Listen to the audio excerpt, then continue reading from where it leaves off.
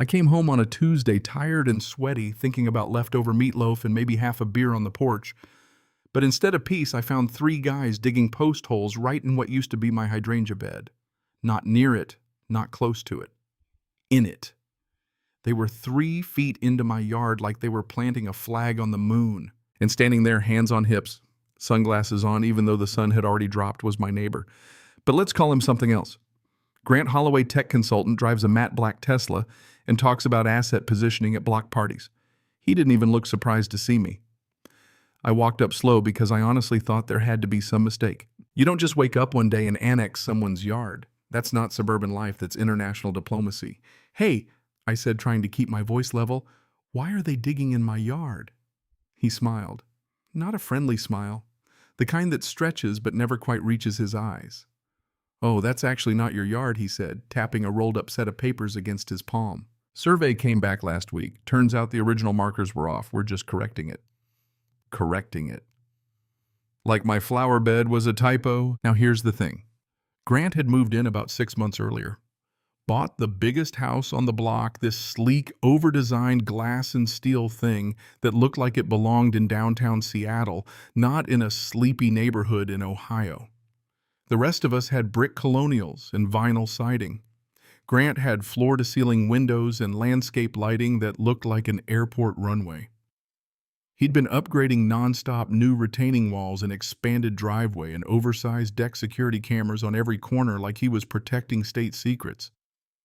And I'd seen him more than once out there with his contractor buddy whispering and pointing and measuring along the sides of our properties. I figured he was just obsessive. Some people reorganize their closets. Grant reorganized geography. But 3 feet, that's not landscaping, that's theft with a tape measure. I told him flat out, that's my land. He unrolled the papers with a dramatic flick like he was revealing the Constitution. My surveyor found discrepancies, he said. Your deed's outdated. Honestly, you should check it. Outdated. My house had belonged to my uncle before me, and before that it was one of the first built in this subdivision back in the early 80s.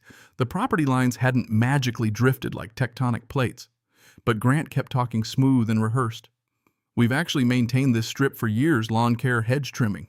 From what I understand, that qualifies as adverse possession in some cases. Adverse possession. That's when I knew this wasn't confusion, this was strategy. I called the city that afternoon. The clerk sounded overwhelmed and cautious. Well, if he has a certified survey and documentation, you may need to resolve it privately. Translation, hire a lawyer, spend money, fight uphill. Meanwhile, the fence posts kept going and thick cedar beams, concrete poured at the base. Permanent. Grant would glance over, occasionally giving me that little half smirk like he'd already won. Here's what really burned. It wasn't about the dirt, it was about control. The message was clear. I have resources. I have paperwork.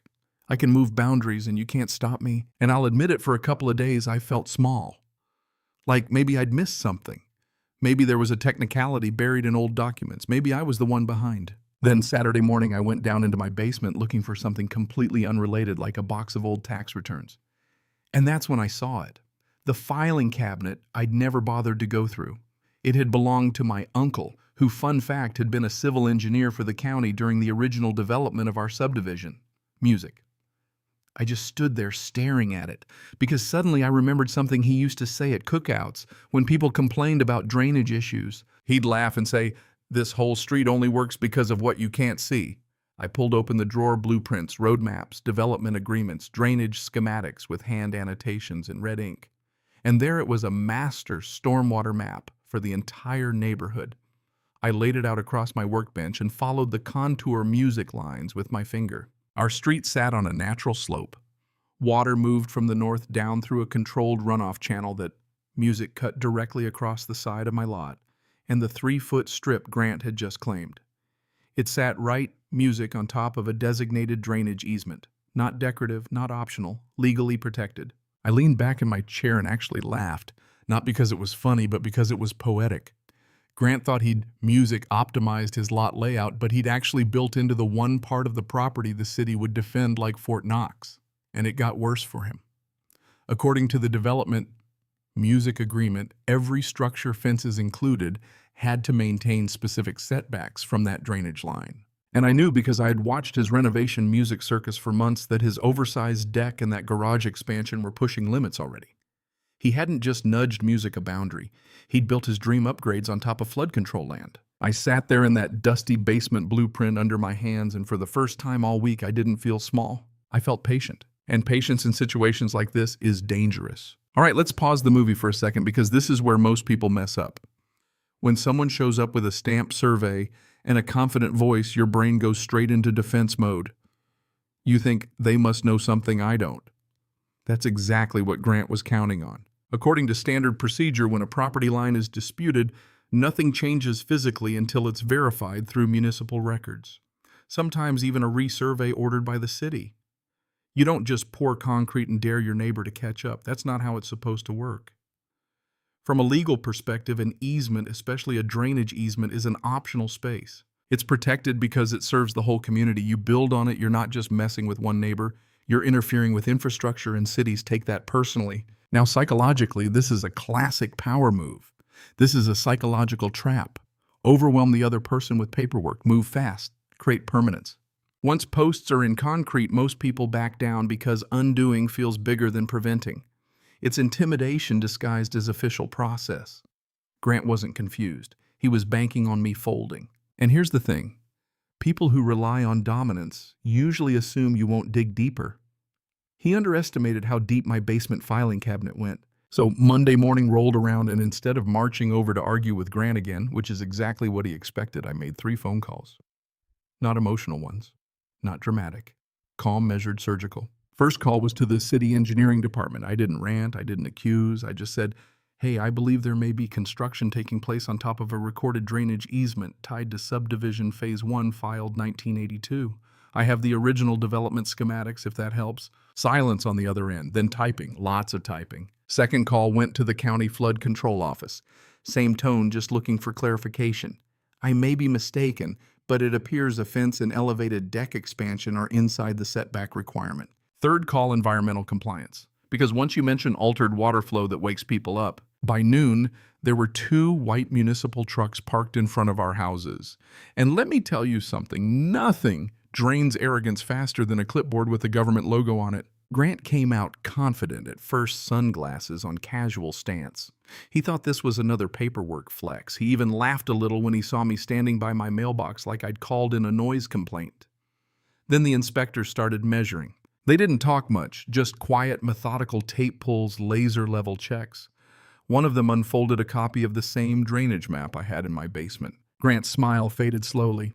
Not dramatically, just shrinking. One inspector asked who authorized structural improvements within the easement boundary. Grant cleared his throat. My survey confirmed ownership. The inspector didn't even look at him. Ownership does not override easement restriction. That sentence landed like a hammer. From a legal perspective, an easement doesn't care whose deed says what. It's a recorded right of use. In this case, for water, and water always wins. By mid-afternoon, they had flagged 3 violations. The new fence posts were directly inside the drainage corridor. His expanded deck extended into the mandatory setback, and the garage addition had shifted grade elevation enough to partially obstruct runoff. And here's the part Grant didn't know. Apparently, there had been 2 minor flooding complaints downhill during heavy rain the previous month. Nothing catastrophic, just mysterious pooling. Now, it wasn't mysterious. One of the officials said it plainly, no emotion. These modifications are non-compliant.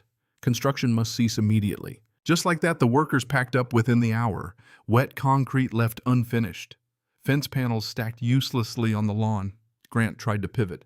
We can apply for a variance. The city engineer finally looked him in the eye. Drainage easements tied to subdivision flood control are not eligible for variance. That was the moment. The shift. You could actually see it hit him. This wasn't a neighbor dispute. This was infrastructure law. And an infrastructure law doesn't negotiate with ego. Over the next 2 weeks, it unraveled fast. The formal notice arrived first. Removal of the fence. Mandatory demolition of the deck section encroaching the setback. Partial deconstruction of the garage addition to restore the original grade slope. Civil penalty assessment. Pending environmental review. Grant lawyered up, of course. Expensive firm, sharp suits, letters full of bold font, didn't matter. According to standard procedure, unpermitted construction within a protected easement is subject to mandatory remediation. No grandfather clause. No good faith misunderstanding, especially not when runoff impact can be demonstrated. And flood control had documentation. Now, the final estimate for compliance was just over $310,000, which included demolition, soil restoration, regrading, drainage correction, and inspection fees. Insurance denied the claim because the work had been completed without proper municipal permits. That's when the house went quiet. No landscapers, no contractors, no laser levels, just stillness. I'd see Grant occasionally in the driveway, pacing, phone pressed to his ear, voice tight and sharp, not confident anymore, desperate. One afternoon he walked over, no sunglasses this time. "This didn't have to escalate," he said. I remember thinking, escalate. "You poured concrete in my yard," I replied. He ran a hand through his hair. "We could have worked something out." That's the thing about power plays. They assume the other person wants to negotiate from weakness. But I wasn't weak anymore. I was informed. The remediation started a month later. Watching that oversized deck come down was surreal. It had towered over both our yards like a stage. Piece by piece, it disappeared. The fence posts were jackhammered out. The garage wall was cut back. Soil was stripped and regraded. And then the city did something poetic. They ordered an official resurvey of both properties to eliminate future ambiguity. Bright orange flags went up. Then permanent concrete boundary markers were installed flush with the ground, city-stamped exactly where they'd always been, 3 feet inside where Grant had tried to redraw the world. He listed the house that fall quietly. No big goodbye. Sold it for significantly less than what he'd paid because disclosure laws required documentation of the drainage violation history. Buyers get nervous when the word flood control shows up in paperwork. The Glass Palace eventually had new owners. Nice couple asked about garden tips. And me, I replanted my hydrangeas 3 feet closer to where they were always meant to be. Here's what's wild. I never sued him. I never yelled. I never had to threaten. All I did was let the system he tried to weaponize examine him instead. And systems, when applied evenly, are far less forgiving than neighbors. So what's the lesson here? Because if this was just about revenge, it wouldn't be worth telling. 3 feet of dirt doesn't change your life, but the mindset behind taking it that does. The lesson here is most boundary disputes aren't really about land. They're about dominance, about who gets to redraw lines and who's expected to stay quiet. Grant didn't need those 3 feet to survive. He needed to prove he could take them. That's a very different motivation. From a legal perspective, people underestimate how layered property law actually is. Your deed is one layer. Surveys are another. But easements, setback requirements, environmental codes, they're structural layers. They exist because neighborhoods are ecosystems. Drainage, grading, slope management, those aren't aesthetic details. They're safeguards. When someone ignores them, they're not just flexing on a neighbor. They're gambling with shared infrastructure. According to standard procedure, municipalities don't jump into petty disputes, but they will absolutely intervene when public systems are compromised. That's the difference. If I had made this about he stole my yard, it would have been a civil argument. The moment it became about drainage compliance, it was no longer personal. It was procedural, and procedure doesn't get emotional. Now let's talk psychology for a second. This is a psychological trap a lot of people fall into. Assuming confidence equals correctness. When someone speaks in polished terms, waves stamped documents around references, obscure legal concepts like adverse possession, your brain hesitates. You think, maybe I'm outmatched. That hesitation is exactly what high-control personalities rely on. Speed, certainty, intimidation. Pour the concrete before anyone can object. Make reversal feel impossible. But here's the truth. Most aggressive moves collapse under scrutiny, not because they're bold, but because they're rushed. And I'll be honest with you, the biggest shift in this whole story wasn't when the inspector showed up. It was when I stopped reacting and started researching.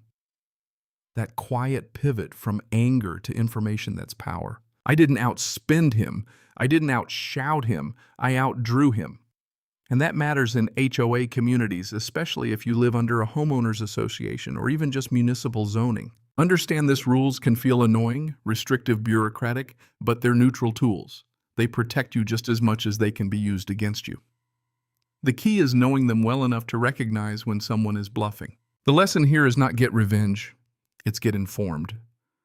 Because once you understand the framework easements, permits, setback lines, the intimidation evaporates, and what's left is just a person who tried to bend reality and ran into something sturdier than ego. And look, I don't hate the guy. I don't wake up celebrating his financial loss. If anything, I think he fell into his own trap.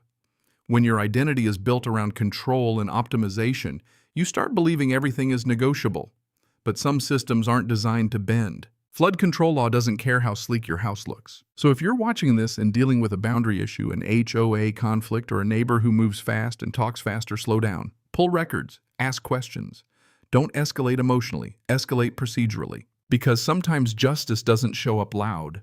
Sometimes it shows up with a clipboard and a measuring tape. And I'm curious, what would you have done? Would you have confronted harder, lawyered up immediately, or dug through the basement like I did? Drop it in the comments. I read them. And if you got value out of this, not just the drama, but the breakdown hit, like subscribe and stick around. Because out here in suburbia, the real battles aren't loud. They're measured in inches.